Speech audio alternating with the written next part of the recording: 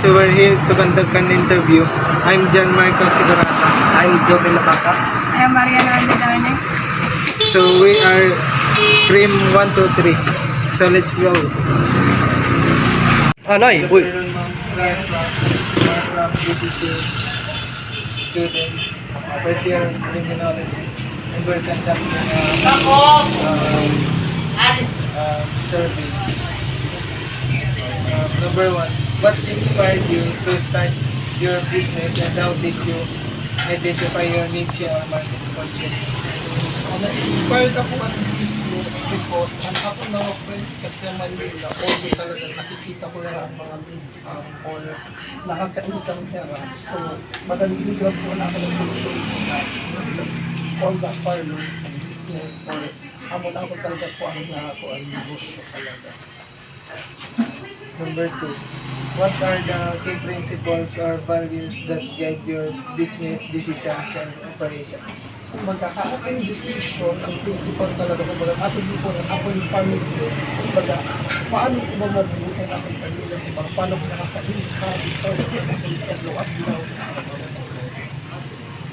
Number two, how do you prioritize tasks and manage your time effectively to ensure productivity?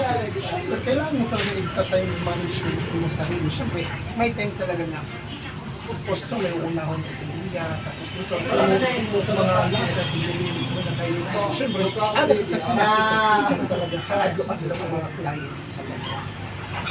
Number four, what strategies do you use to attract and retain customers or clients? Una-una naman talaga kung may business ka talaga, kailangan mo ma-attract talaga yung mga business, makakapagod ng mga prices talaga, mga customers talaga, ma-i-induct na niya, mas kulit yung requirement talaga, kasi wow, marami na sa dapat ma-in mga clients talaga.